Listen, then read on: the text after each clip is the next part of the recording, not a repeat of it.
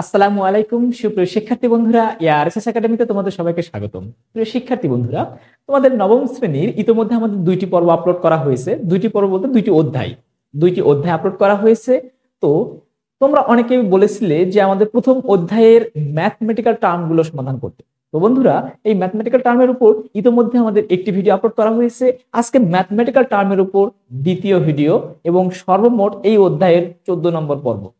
দেখো বন্ধুরা, আজকে আমরা প্রথমত এখানে একটি ম্যাথ লিখে রেখেছি, সেই ম্যাথটি আগে সমাধান করি। তো দেখো, এখানে একটি ম্যাথ লেখা হয়েছে যে তুমি দোকান থেকে 102 মিলিলিটার পানি কিনেছো। 102 লিটার কি কিনেছো? পানি কিনেছো। পানি টুকুর ওজন কত? বন্ধুরা, পানির ওজনটা আমাদেরকে বের করতে হবে। দেখো, তাহলে আমাদের এখানে বলছে যে 102 মিলিলিটার পানি কিনেছো। এটি তোমাদের বোর্ড বইয়ের 19 নম্বর পেজের একটি অঙ্ক। তাহলে দেখো, আমরা অঙ্কটি সমাধান করার চেষ্টা করি। প্রথমত এখানে বলছে যে পানি কিনছে কতটুকু? 102 মিলিলিটার। তো মনে রাখবা যে 1000 মিলিলিটার ইকুয়াল আমরা 1000 গ্রাম বলতে পারি। একটু খেয়াল করো, আমরা একটা জিনিস মনে রাখবো যে 1000 মিলিলিটার ইকুয়াল হচ্ছে 1000 গ্রাম। 1000 মিলিলিটার ইকুয়াল যদি 1000 গ্রাম হয়, 1000 গ্রাম হয়, আর আমরা জানি যে 1000 গ্রাম মানে কি 1 কেজি। তাহলে দেখো তো, আমরা বলতে পারি না যে 102 মিলিলিটার ইকুয়াল, আমরা বলতে পারি না 102 গ্রাম। 102 গ্রাম, দেখো আমরা কিন্তু এটা অনায়াসেই বলতে পারি যে 102 মিলিলিটার ইকুয়াল 102 গ্রাম। তাহলে এই 102টাকে আমরা যদি কেজিতে কনভার্ট করি, মনে রাখবা এমকেএস পদ্ধতি, অর্থাৎ কেজি ছাড়া আমরা ভরের একক কেজি ছাড়া অঙ্ক করতে পারবো না। তাহলে কেজিতে যদি আমি কনভার্ট করি, তাহলে আমি লিখতে পারি যে 102 গ্রাম ইকুয়াল, আমরা এটাকে লিখতে পারি কি 0 পয়েন্ট, অর্থাৎ আমরা এটাকে ভাগ করে নেই। একটু ভাগ করে নিলে আমাদের এটা খুব সহজেই হয়ে যাবে। আমরা পাচ্ছি হলো 0.102 এত। তাহলে কি বন্ধুরা? এত কেজি। একটু খেয়াল করো, আমরা কিন্তু ভরটা পেয়ে গেলাম। এখন এখানে প্রশ্নে বলছে পানিটুকুর ওজন কত। তো বন্ধুরা, ওজনকে কি দ্বারা প্রকাশ করা হয়? ডাব্লিউ দ্বারা প্রকাশ করা হয়। তোমাদেরকে আমি বলেছিলাম যে ওজনকে প্রকাশ করা হয় ডাব্লিউ দ্বারা, এবং ওজন সমান সমান আমরা সূত্র জানি কি? M g. যদি তোমরা আমার পূর্বের ক্লাসগুলো না করে থাকো, তাহলে অবশ্যই প্রথম অধ্যায়ের সম্পূর্ণ ক্লাসগুলো আগে করবে। সেটা লিংক, অর্থাৎ এক অধ্যায়ের সকল ক্লাসের লিংক আমি আমার এই ভিডিও ডেসক্রিপশন বক্সে দিয়ে রাখবো। দেখো, এখানে এম এর মান হচ্ছে কত? 0.102 ইন্টু জিটার হচ্ছে অভিকর্ষ ত্বরণ। আমাদের জি এর মানটা কিন্তু মুখস্থ। জি এর মানটা কত বন্ধুরা? 9.8। এই জিনিসটা যদি আমরা এখন গুণ করে দেই, তাহলে আমাদের উত্তর হয়ে যাবে। দেখো বন্ধুরা, আমাদের মানটা আমরা পেয়ে যাচ্ছি হলো 0.99, এরপর আবারও 9, এরপরে 6 আসতেছে, অর্থাৎ এত কি নিউটন। দেখো বন্ধুরা, তাহলে আমরা মানটা পেলাম হচ্ছে যে 0.9996 নিউটন। আচ্ছা দেখো তো, 0.99 এইটাকে আমরা আসলে যদি আসন্ন মানে লিখতে চাই, তাহলে আমরা এটাকে বলতে পারি না 1 নিউটন। আমরা কিন্তু অনায়াসেই বলতে পারি, কারণ 0.9996, অর্থাৎ এটাকে যদি আমরা আসন্ন মান আকারে লিখতে চাই, তাহলে কিন্তু আমরা 1 নিউটন বলতে পারি। বন্ধুরা, তাহলে আমরা খুব সহজে বুঝে গেলাম যে আমাদের 1 নিউটন বলটা কিন্তু আমরা পেয়ে গেলাম। তো আমরা খুব সহজেই এই যে পানির ওজনটুকু আমরা পেয়ে গেলাম। বন্ধুরা, এটি হচ্ছে পানির ওজন। দেখো বন্ধুরা, এবার আমরা আরেকটি অঙ্ক তুলে নিলাম। এই অঙ্কটি আমরা এবার সমাধান করার চেষ্টা করি। তোমাদের বোর্ড বইয়ের এটি 20তম পেজের একটি অঙ্ক। দেখো, অঙ্কটি আমরা একটু পড়ি। ধরা যাক তোমার ভর 50 কেজি এবং তোমার শরীরের এক পাশের ক্ষেত্রফল হচ্ছে 0.5 মিটার স্কোয়ার। এরপর এবং 2 পায়ের তলার ক্ষেত্রফল, অর্থাৎ যার কথা বলছে এখানে 50 কেজি ভর, তার 2 পায়ের তলার ক্ষেত্রফল হচ্ছে 0.03 মিটার স্কোয়ার। এবার বলছে যে তুমি চিত হয়ে শুয়ে থাকলে মেঝেতে কত চাপ প্রয়োগ করবে, এবং বলছে দাঁড়িয়ে থাকলে মেঝেতে কত চাপ প্রয়োগ করবে। অর্থাৎ দুইটা ক্ষেত্রের কথা বলছে। এখানে বলছে শরীরের এক পাশের ক্ষেত্রফল। তো শরীরের এক পাশের ক্ষেত্রফল দেওয়া আছে, মানে তুমি যদি এখন চিত হয়ে শুয়ে থাকো, তাহলে ওই পাশের সম্পূর্ণ ক্ষেত্রফলটাই চাপ প্রয়োগ করবে। তাহলে বলছে যে কতটুকু চাপ অনুভব করবে, অর্থাৎ এই যে চিত হয়ে শুয়ে থাকলে মেঝেতে কত পরিমাণ চাপ প্রয়োগ করবে। তো বন্ধুরা, আমরা সরাসরি যেহেতু আমাদের চাপ বের করতে বলছে, তো আমরা অঙ্কটা সমাধান করি এবং দেখো এখানে প্রথমত কি দেওয়া আছে, তোমার ভর দেওয়া আছে 50 কেজি। তাহলে দেখো আমরা বলতে পারি না যে এম এর মান হচ্ছে কত, 50 কেজি। এম এর মান হচ্ছে কত বন্ধুরা, 50 কেজি। এবং তোমার এক পাশের ক্ষেত্রফল দেওয়া আছে এত, এবং দুই পাশের ক্ষেত্রফল অর্থাৎ দুই পায়ের তলার ক্ষেত্রফল দেওয়া আছে। এখন একটু এখান থেকে একটা জিনিসটাকে বুঝবার চেষ্টা করো। তো আমাদের ক্ষেত্রফল দেওয়া আছে মানে কি, আমাদের এ এর মান দেওয়া আছে, এ এর মান দেওয়া আছে কত, দুইটা ক্ষেত্রে। আমরা এর ক্ষেত্রে একবার হচ্ছে শরীরের ক্ষেত্রে বলতেছি। আচ্ছা ধরে নাও আমরা হচ্ছে এই যে শরীরের এক পাশের ক্ষেত্রফলটা আগে করতেছি, অর্থাৎ শরীর আমি শুধু এখানে লিখে দিচ্ছি যে শরীর, অর্থাৎ শরীরের এক পাশের ক্ষেত্রফলটা আমরা করতেছি, সেটা হচ্ছে যে 0.5 মিটার স্কোয়ার। আচ্ছা এখন দেখো আমাদের বের করতে বলছে কি চাপ। তো বন্ধুরা পি ইকুয়াল আমরা সমীকরণ কি জানি, এফ ডিভাইডেড এ। এটুকু তোমরা নিশ্চয়ই জানো যদি ক্লাসগুলো করে থাকো। তাহলে পি ইকুয়াল এফ ডিভাইডেড এ, এখানে এফ সমান সমান আমরা কিন্তু আরেকটা সমীকরণ জানি। দেখো এফটা হচ্ছে প্রয়োগকৃত বল। আচ্ছা এফ সমান সমান আমরা আবার লিখতে পারি না এম জি? তোমরা নিশ্চয়ই বলবে হ্যাঁ অবশ্যই পারি, কারণ এফ সমান সমান আমরা এম এ জানি, এ হচ্ছে সরলরৈখিক পথে ত্বরণ আর জি হচ্ছে অভিকর্ষ ত্বরণ। তাহলে খেয়াল করো বন্ধুরা, আমরা এফ সমান সমান এম জি জানি, এম এর মানটা হচ্ছে কত 50 ইন্টু জি এর মানটা হচ্ছে কত বন্ধুরা 9.8। এই জিনিসটা যদি আমরা একটু হিসাব করি তাহলে আমাদের মানটা চলে আসবে, মানটা চলে আসতেছে হচ্ছে 490 নিউটন। আচ্ছা বন্ধুরা আমরা এটুকু পেলাম হচ্ছে 490 নিউটন। এবার আমাদের কাজ কি, এফ এর মানটা বসিয়ে দেওয়া, এ এর মানটা বসিয়ে দেওয়া। তাহলে ওই মানুষটা অর্থাৎ এখানে যার কথা বলছে 50 কেজি, সে মানুষ যদি চিত হয়ে শুয়ে থাকে তাহলে তার পরিমাণ একই পরিমাণ চাপ অনুভব করবে মেঝেটা। তাহলে আমি বলের মান পেয়ে গেলাম হচ্ছে 490 নিউটন এবং এ অর্থাৎ ক্ষেত্রফলের মান পেয়ে গেলাম, ক্ষেত্রফলের মান দেওয়াই আছে 0.5। তাহলে আমি লিখলাম 0.5, সরি এখানে একক না লিখবো, একবারে শেষে গিয়ে আমরা একক লিখবো।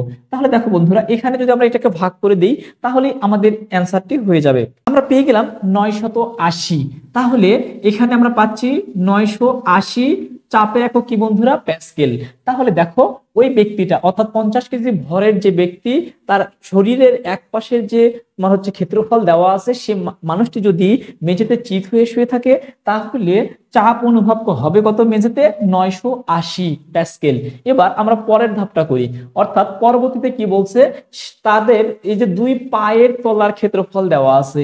তাহলে পায়ের তলার ক্ষেত্রফল এটাকে আমি ধরে নিচ্ছি এ, এবার আমি লিখে দিচ্ছি যে এবার পায়ের ক্ষেত্রে, পায়ের ক্ষেত্রে তাহলে আমরা পাচ্ছি কত, যে 0.03। আচ্ছা এত কি মিটার স্কোয়ার। এখন আমাদের পরবর্তীতে আবারও পি এর মান বের করতে হবে। তাহলে পি ইকুয়াল আমরা সমীকরণ কি জানি, এফ ডিভাইডেড এ। বন্ধুরা এফ এর মান কি কম বেশি হয়েছে? তোমরা বলবে যে নিশ্চয়ই না। কেন কম বেশি হয়নি? কারণ ব্যক্তি তো একই আছে, ব্যক্তি কি চেঞ্জ হয়েছে? না, ব্যক্তি চেঞ্জ হয়নি, আর ভরের মানও কখনো কম বেশি হয় না সহজে। তাহলে বোঝা গেল যে আমাদের ভরের মান 50 কেজি আছে, আর যেহেতু 50 কেজি ভর ঠিক আছে, তার মানে অভিকর্ষ ত্বরণ সেম থাকবে, অর্থাৎ এবারও এফ এর মান কত থাকবে, 490। এবার এ এর মানটা শুধু একটু চেঞ্জ হয়ে যাবে। এবার পায়ের ক্ষেত্রে, পায়ের ক্ষেত্রে তলার ক্ষেত্রফল কত দেওয়া ছিল, যে 0.03। তাহলে এবার আমাদের এই ভাগটা করলেই আমাদের উত্তর বেরিয়ে আসবে। তাহলে দেখো 490 ভাগ আমরা করে নিচ্ছি 0.03, তাহলে আমরা পাচ্ছি যে 16.33। দেখো বন্ধুরা আমরা দুই পায়ে অর্থাৎ দুই পা দিয়ে যদি মেঝেতে দাঁড়িয়ে থাকে তাহলে মেঝে 16.33 প্যাসকেল চাপ অনুভব করবে, আর যদি চিত হয়ে শুয়ে থাকে তাহলে 980 প্যাসকেল পরিমাণ চাপ অনুভব করবে। তো বন্ধুরা এটি হচ্ছে আমাদের একটি অঙ্ক। এখন আমরা পরবর্তী অঙ্কটি দেখব। দেখো বন্ধুরা এবার আমরা এই অঙ্কটি সমাধান করার চেষ্টা করব। এটি তোমাদের বোর্ড বইয়ের 21 পেজের একটি অঙ্ক। আমরা অঙ্কটি একটু পড়ে নেই। দেখো এখানে বলছে যে কেরোসিনে অর্থাৎ কেরোসিনের ঘনত্ব দিয়ে দিছে যে 800 কেজি পার ঘনমিটার এবং পানির ঘনত্ব দিয়ে দিছে যে 1000 কেজি পার ঘনমিটার এবং পারদের ঘনত্ব দিয়ে দিছে 13600 কেজি পার ঘনমিটার। অর্থাৎ তিনটা পদার্থ দেওয়া আছে এবং তিনটি পদার্থের ঘনত্ব দেওয়া আছে। তো বন্ধুরা আমরা এবার কি বলছে যে এই তিনটি ঘনত্বের অর্থাৎ এই যে তিনটা তরল পদার্থ, একটা কেরোসিন, একবার পানি, একবার পারদ, এই তিনটা তরল পদার্থের 50 সেন্টিমিটার গভীরে গেলে চাপের মানটা কত হবে সেটি বের করতে বলছে। ব্যাপারটা কেমন, অনেকটা হচ্ছে এরকম। ধরে নাও যে এই পাত্রে এই যে এটুকু হলো 50 সেন্টিমিটার, আমি ধরে নিচ্ছি যে এইটুকু উচ্চতা হলো 50 সেন্টিমিটার। এখন এটুকুতে আসলে কি রাখছে, একবার ধরো পানি রাখছে। আহ আচ্ছা ধরে নাও যে সম্পূর্ণ উচ্চতাটা অনেক বেশি, কিন্তু এখানে আসলে বুঝাইছে 50 সেন্টিমিটার, আমি ধরে নিচ্ছি 50 সেন্টিমিটার হচ্ছে এই পর্যন্ত। আচ্ছা এখন দেখো ব্যাপারটা কি বলছে, যে এর ভিতরে এই যে উপরিতল থেকে যদি একবার কেরোসিন রাখি, তাহলে কেরোসিনের উপরিতল থেকে 50 সেন্টিমিটার গভীরে কোনো একটা বস্তু কি পরিমাণ চাপ অনুভব করবে। আবার যদি এটাতে পানি রাখি, তাহলে পানির ক্ষেত্রেও উপরিতল থেকে 50 সেন্টিমিটার গভীরে কি পরিমাণ চাপ অনুভব হবে। আবার এই পাত্রে যদি আমি পারদ রাখি, তাহলে পারদের ক্ষেত্রেও 50 সেন্টিমিটার গভীরে কি পরিমাণ চাপ অনুভব হবে, এই চাপের মানটা আমাদের নির্ণয় করতে বলছে। তো দেখো বন্ধুরা, এই ক্ষেত্রে কিন্তু একটা জিনিস দিয়ে দিছে, সেটা হচ্ছে 50 সেন্টিমিটার নিচে, তার মানে কি এটি এইচ এর মান না, গভীরতা এইচ এর মান কত বন্ধুরা, 50 সেন্টিমিটার। তো 50 সেন্টিমিটারকে আমরা কি করব, মিটারে কনভার্ট করে নেব। তো আমরা জানি 100 সেন্টিমিটারে কি 1 মিটার, তাহলে আমরা লিখতে পারি যে 50 সেন্টিমিটার মানে কি, যে এটা 0.5 মিটার, 0.5 মিটার। দেখো বন্ধুরা, তাহলে আমাদের প্রথমত উচ্চতার মানটা আমরা করে নিলাম। এবার আমরা তিনটা ক্ষেত্রে, অর্থাৎ তিনটা তরল পদার্থের ক্ষেত্রেই আমরা 50 সেন্টিমিটার গভীরে কি পরিমাণ চাপ অনুভব হবে সেটি নির্ণয় করব। তো দেখো বন্ধুরা, আমাদের এই জায়গাতে চাপ নির্ণয় করতে গেলে আমরা সূত্র জানি যে পি ইকুয়াল কি, একটা সূত্র জানি হচ্ছে এফ ডিভাইডেড এ। এখন একটু চিন্তা করো তো, আমরা কি এফ ডিভাইডেড এ সমীকরণটি ব্যবহার করতে পারবো? তোমার বলবে যে না, কেন ব্যবহার করতে পারবো না? কারণ হচ্ছে এখানে এফ এর মানও দেওয়া নাই, এ এর মানও দেওয়া নাই, যেখানে এ হচ্ছে ক্ষেত্রফল, এফটা হচ্ছে বল। তো যেহেতু এটা আমরা পাচ্ছি না, তাহলে আমরা নিশ্চয়ই বুঝতে পারতেছি এটা আমরা কোন সূত্র কাজে লাগবে, তরলের ভিতরে চাপ, তরলের গভীরতায় চাপ, ওই টপিকটা চলে আসতেছে। তাহলে তরলের ভিতরের যে কোনো বিন্দুতে চাপের রাশিমালা আমরা সমাধান করছিলাম, যদি সমাধান না করে থাকো অবশ্যই ক্লাসটা আগে করে নেবে। ওই যে তরলের ভিতরে যে কোনো একটি বিন্দুতে চাপ কি পরিমাণ ছিল, এইচ রো জি, এইচ রো জি। তো বন্ধুরা, এখানে রোটা হচ্ছে ঘনত্ব, এইচটা হচ্ছে গভীরতা, জিটা হচ্ছে অভিকর্ষ ত্বরণ। তাহলে তিনটা ক্ষেত্রে দেখো তো ঘনত্বের মানটা কিন্তু দিয়ে দেওয়া আছে। তো প্রথমে আমরা যদি কেরোসিনের ক্ষেত্রে করি, আমরা যদি কেরোসিনের ক্ষেত্রে করি, দেখো বন্ধুরা কেরোসিনের ঘনত্ব কত, 800 কেজি পার ঘনমিটার, 800 কেজি পার ঘনমিটার।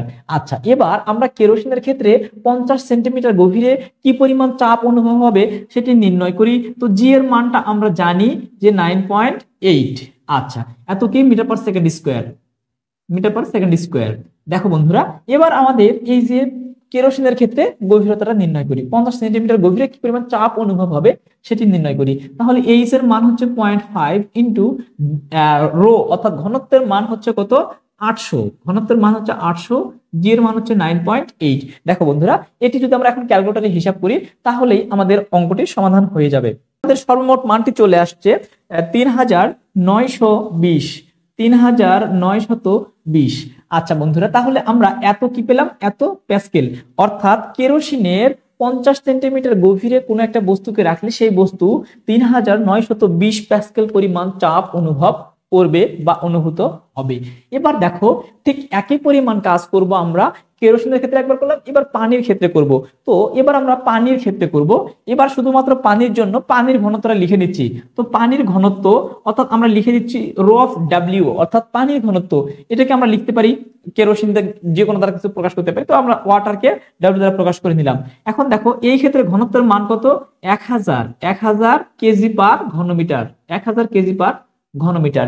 এটুকু আমরা পানির ঘনত্ব জানি। তাহলে এবার আমরা কি করব, আবারও একই সূত্র পানির ক্ষেত্রে, এবার কিন্তু পানির ক্ষেত্রে, এবার ক্ষেত্রে পানির ক্ষেত্রে আমরা কি P equal H, H rho G. দেখো তো এইচ এর মান হচ্ছে 0.5 ইন্টু রো এর মান হচ্ছে কত, 1000, রো এর মান হচ্ছে কত বন্ধুরা, 1000, 1000 ইন্টু জি এর মান হচ্ছে কত, 9.8। এবার আমরা যদি এটা গুণ করে ফেলি, তাহলে পানির 50 সেন্টিমিটার গভীরে কি পরিমাণ চাপ অনুভব হবে সেটি বের করতে পারবো। দেখো বন্ধুরা, পানির 50 সেন্টিমিটার গভীরে চাপ অনুভব হবে 4900, তাহলে এত কি প্যাসকেল। বন্ধুরা দেখো, আমরা কিন্তু পানির ক্ষেত্রে 50 সেন্টিমিটার গভীরতায় চাপের মানটা কিন্তু আমরা বের করে ফেললাম। এবার দেখো আমাদের আরেকটা দিয়ে দিয়েছে, সেটা হচ্ছে কি পারদের ক্ষেত্রে। তো বন্ধুরা, আমরা পারদের ক্ষেত্রে এবার গভীরতা নির্ণয় করব। তো পারদের ক্ষেত্রে আমরা যদি রো এর মানটা লিখে নেই, রো এর মানটা কত দেখো দেওয়া আছে 13600, 13600 কেজি পার ঘনমিটার। এটি হচ্ছে কি পারদের ক্ষেত্রে ঘনত্ব, তো পারদের ঘনত্ব দেওয়া আছে। তো আমরা সমীকরণ বা সূত্র কি জানি, এবার হচ্ছে পারদের ক্ষেত্রে হচ্ছে পি ইকুয়াল কি জানি আমরা, এইচ রো জি। তো বন্ধুরা এইচ এর মান হচ্ছে 0.5, যেহেতু তিনটা ক্ষেত্রে একই কথা বলছে, তাহলে এইচ এর মান হচ্ছে 0.5 ইন্টু রো এর মান হচ্ছে কত, 13,600, 13,600 ইন্টু জি এর মান হচ্ছে 9.8। এটা যদি আমরা সম্পূর্ণটা গুণ করে নেই তাহলে আমাদের পরবর্তী অ্যান্সারটি পেয়ে যাব। তো বন্ধুরা এবার আমাদের উত্তর চলে আসতেছে 66640 এত কি প্যাসকেল। তো বন্ধুরা আমরা কিন্তু পেয়ে গেলাম যে 50 সেন্টিমিটার পারদের ক্ষেত্রে 50 সেন্টিমিটার গভীরতায় এর তোমার হচ্ছে চাপের মান হবে এত।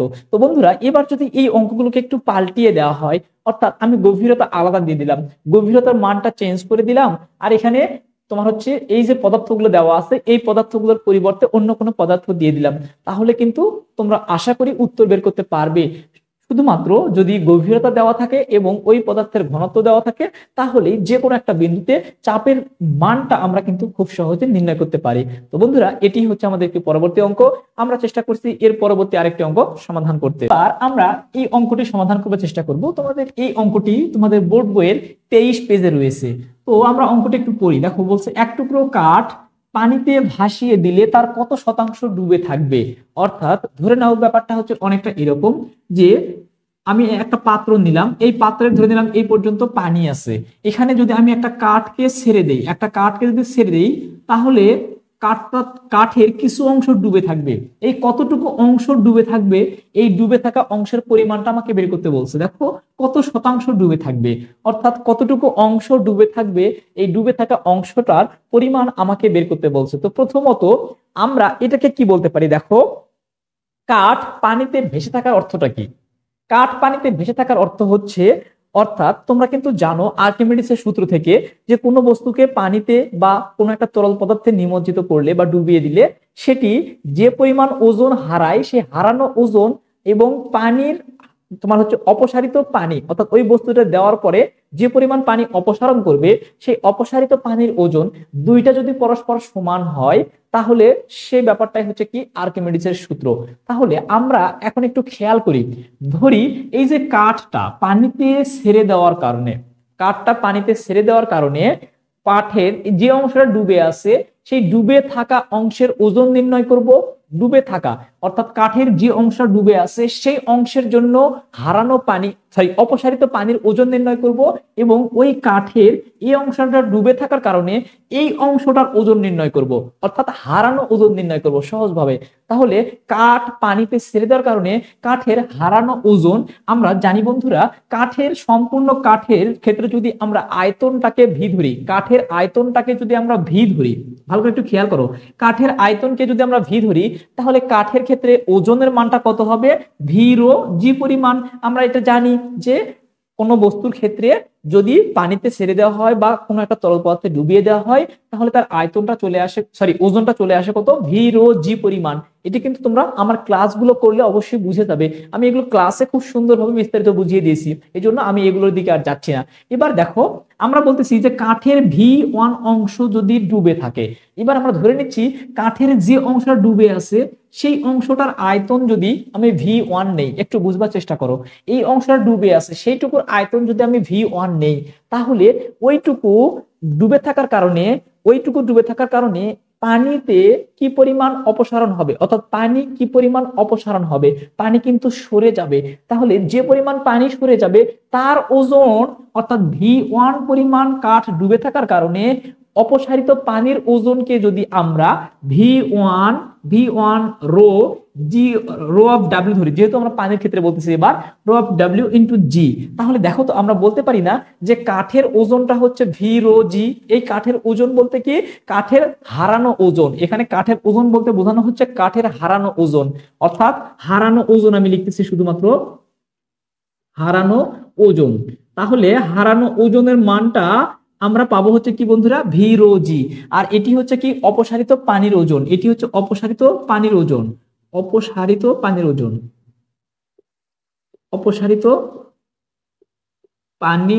ওজন। দেখো বন্ধুরা তাহলে আমরা পেলাম এটি হলো হারানো ওজন, মানে বস্তু কর্তৃক হারানো ওজন, আর এটা হচ্ছে অপসারিত পানির ওজন। তাহলে এই দুইটা কি হবে, পরস্পর সমান হবে, তাহলে বেশি থাকবে বস্তুটা। তাহলে এই দুইটাকে আমরা পরস্পর সমান তুলনা করতে পারি না? অবশ্যই তুলনা করতে পারি। তাহলে এবার আমরা দুইটাকে সমান তুলনা করব কি, শর্ত সাপেক্ষে বা শর্ত মতে। আমরা লিখলাম যে শর্ত মতে ভি রো জি ইকুয়াল, আমরা লিখতে পারি V one rho of W into কি জি। দেখো বন্ধুরা, উভয় পাশে থেকে আমরা জি জি ক্যান্সেল আউট করতে পারি না? জি জি কিন্তু খুব সহজে আমরা উভয় পাশে থেকে ক্যান্সেল আউট করতে পারি। এবার দেখো তাহলে আমাদের থাকতেছে কি, এ পাশে ভি রো এবং এ পাশে ভি ওয়ান রো অফ ডাব্লিউ, অর্থাৎ পানির ঘনত্ব। এবার আমাদের বের করতে বলছে কি, যে কত শতাংশ ডুবে থাকবে। তাহলে এই কাজটা করার জন্য আমরা কি করতে পারি, যেহেতু আমাদের শতাংশ বের করতে হবে, তাহলে আমরা কি করব, ভাগ করে দিলে কিন্তু আমাদের মানটা পেয়ে যাব। অর্থাৎ আমরা কিন্তু খুব সহজে এখন লিখতে পারি যে ভি ওয়ান রো ডাব্লিউ ইকুয়াল, আমরা লিখতে পারি না ভি তারপরে হচ্ছে কি রো। এবার দেখো আমরা এই যে তোমার হচ্ছে ভি ওয়ান ভাগ ভি যদি করে নেই, অর্থাৎ কত অংশ বেশি থাকবে, যেহেতু আমাদের অংশ করতে হলে আমাদের যদি ভাগ করে দেই, তাহলে আমরা লিখতে পারি যে ভি ওয়ান ভাগ ভি ইকুয়াল, তাহলে ভি ওয়ান ভাগ ভি ইকুয়াল আমরা কি জানি, দেখো ভি ওয়ান ভাগ ভি ইকুয়াল আমরা লিখতে পারি যে এখানে তোমাদের হচ্ছে ছিল ভি, তাহলে সরি রো, এখানে তো রো ছিলই, আর এই পাশের রোটা কি এই পাশে গিয়ে ভাগ হয়ে যাবে না? তোমরা সমীকরণগুলো একটু বুঝবার চেষ্টা করো। আমি এখানে আসলে কি করলাম, তোমরা যদি এভাবে না বুঝে থাকো, তোমরা চাইলে আরেকটা কাজ করতে পারো, সেটি হচ্ছে যে এই যে তোমার হচ্ছে রো অফ ডাব্লিউটাকে, অর্থাৎ ব্যাপারটা হচ্ছে অনেকটা এরকম। তুমি আচ্ছা আমি সাইডে বুঝিয়ে দিচ্ছি যে এখানে আমি যদি শুধুমাত্র ভি ওয়ান রাখি, তাহলে আমরা লিখতে পারি না যে ভি রো ভাগ কি রো অফ ডাব্লিউ, এটুকু তো বুঝে গেছো। এবার আমরা এই ভিটাকে এই পাশে নিচে লিখতে পারি কিনা, অনেকটা বজ্র গুণনের মতো। তাহলে আমরা লিখতে পারি যে ভি ওয়ান ভাগ ভি ইকুয়াল রো ভাগ কি রো অফ ডাব্লিউ। আমরা এই কাজটাই এখানে করে নিলাম। এখন আমরা যদি শুধুমাত্র মান বসিয়ে দেই, তাহলে আমরা কিন্তু পার্সেন্টেজ পেয়ে যাব, এটা ইন্টু কি 100%, যেহেতু পার্সেন্টেজ শতকরাতে আসতে বলছে। দেখো তার কত শতাংশ ডুবে থাকবে, তো শতকরা মানে কি আমরা জানি 100%, শতকরা মানে কি বন্ধুরা 100%। তাহলে এখন এই জায়গাতে আমরা শুধুমাত্র মানগুলো বসিয়ে দিই। রো রো মানে হচ্ছে কি ঘনত্ব, এটা কিসের ঘনত্ব ছিল, ওই যে দেখো উপরে বলে দিচ্ছে যে কাঠের ঘনত্ব। তো কাঠের ঘনত্ব কত ছিল বন্ধুরা, যে 0.5 ইন্টু 10⁻³ অর্থাৎ 0.5 ইন্টু 10⁻³ ভাগ, এবার আমরা কি পাচ্ছি রো অফ ডাব্লিউ মানে হচ্ছে কি পানির ঘনত্ব, অর্থাৎ অপসারিত পানির ঘনত্ব। তো পানির ঘনত্ব হচ্ছে কত ছিল, যে 10⁻³ আমরা এটা পানির ঘনত্ব কিন্তু মুখস্থ, আমরা জানি যে পানির ঘনত্ব হচ্ছে 1000 কেজি পার ঘনমিটার। দেখো 1000 কেজি পার ঘনমিটার, তো 1000 কেজি পার ঘনমিটারকে আমরা কিন্তু অনায়াসেই লিখতে পারি যে 10⁻³, তার মানে হচ্ছে 10⁻³ কেজি পার ঘনমিটার। এখন যদি আমরা এটাকে ভাগ করে দিই, শুধুমাত্র ঘনত্বটাকে ভাগ করে দিই, তাহলেই দেখবা আমরা খুব সহজে পেয়ে যাব কত অংশ ডুবে থাকবে, এর সঙ্গে ইন্টু 100%। এবার দেখো বন্ধুরা, আমরা এটা ক্যালকুলেশন করে নেই। বন্ধুরা আমরা এটুকু ক্যালকুলেশন করে আমরা পাবো হচ্ছে 0.5 ইন্টু 100%, অর্থাৎ তার সঙ্গে 100% গুণ করে দিলে আমরা সম্পূর্ণ মানটা পেয়ে যাব হচ্ছে 50%। অর্থাৎ আমাদের দেখো কাঠের 50% অর্থাৎ 50% অংশ কিন্তু পানিতে ডুবে থাকবে। এটি কিন্তু আমরা অনায়াসেই খুব সহজে বের করতে পারলাম। তো বন্ধুরা এই টাইপের কোনো প্রশ্ন যদি চলে আসে, আমার বিশ্বাস তোমরা যদি এই অঙ্কটা বুঝে থাকো, তাহলে এই টাইপের যে কোনো প্রশ্ন সমাধান করতে পারবে। তো শিক্ষার্থী বন্ধুরা, এইটির মাধ্যমে আমাদের এই অধ্যায়ে আসলে সবগুলো অঙ্ক সমাধান করা হয়ে গেল। এরপরে তোমাদের একটা টপিক আছে, সেটি হচ্ছে যান্ত্রিক শক্তির নিত্যতা সূত্র। তো যান্ত্রিক শক্তির নিত্যতা সূত্রের ক্ষেত্রে আমি তোমাদের জন্য একটা কাজ দিয়ে দেই, যদিও আমি এই টপিকটা কিন্তু খুব সুন্দর করে আগে বুঝিয়ে দিয়েছি এবং অঙ্কের সাহায্যেই বুঝিয়ে দিয়েছি, তাই আমি এবার অঙ্কটা আর করতেছি না যান্ত্রিক শক্তির নিত্যতা সূত্র। শুধুমাত্র তোমরা এবার একটা কাজ করবা, ধরে নিলাম যে একটা বস্তু দিলাম, এখানে বস্তুটার ভর হচ্ছে 2 কেজি, 2 কেজি ভরের একটা বস্তু, এইটা হচ্ছে ভূমিতে পতিত হবে। এর জন্য সম্পূর্ণ আমি এই জায়গাতে দেখো এইটুকুর উচ্চতা ধরো আমি দিয়ে দিলাম হচ্ছে 3 মিটার, এইটুকুর উচ্চতা দিলাম 3 মিটার, ধরে নিলাম এইটুকুর উচ্চতা দিলাম হচ্ছে 5 মিটার। এবার তোমরা এই যে এই বস্তুটার তিনটা বিন্দুতে, এটি হচ্ছে এ বিন্দু, এটি হচ্ছে বি বিন্দু, এটি হচ্ছে সি বিন্দু। তোমরা এই অঙ্কটা সমাধান নিজেরা করবে। অবশ্যই আমার অঙ্কটি দেখে, আমি যান্ত্রিক শক্তির নিত্যতা সূত্রের অঙ্কটি আগে দেখবে, তাহলেই এই অঙ্কটি সমাধান করতে পারবে। তোমরা এখান থেকে সমাধান করবে হচ্ছে যান্ত্রিক শক্তি নিত্যতা সূত্র মেনে চলে, এই প্রশ্ন থেকে তোমরা প্রতিপাদন করবে অর্থাৎ প্রমাণ করে দিবে, অর্থাৎ মান বের করে করে প্রমাণ করে দিবে যে যান্ত্রিক শক্তি নিত্যতা সূত্র মেনে চলে। তার জন্য অবশ্যই আগে আমার যান্ত্রিক শক্তির নিত্যতা সূত্রের যে ক্লাসটা আছে ওই ক্লাসটা আগে দেখে নিবে, সেটির লিংক আমি আমার এই ভিডিও ডেসক্রিপশন বক্সে দিয়ে দিব। তো বন্ধুরা, ক্লাসটি ভালো লাগলে বন্ধুদের মাঝে বেশি বেশি শেয়ার করে দিও। আর বিশেষ একটা কথা হচ্ছে যে তোমাদেরকে নিয়ে আমি একটি অনলাইন কোর্স চালু করতে চাচ্ছি। তোমাদের কেউ যদি আগ্রহী হও তাহলে আমার সঙ্গে যোগাযোগ করতে পারো। হোয়াটসঅ্যাপে নাম্বার দেওয়া থাকবে, অবশ্যই হোয়াটসঅ্যাপে নক দিবে। ধন্যবাদ।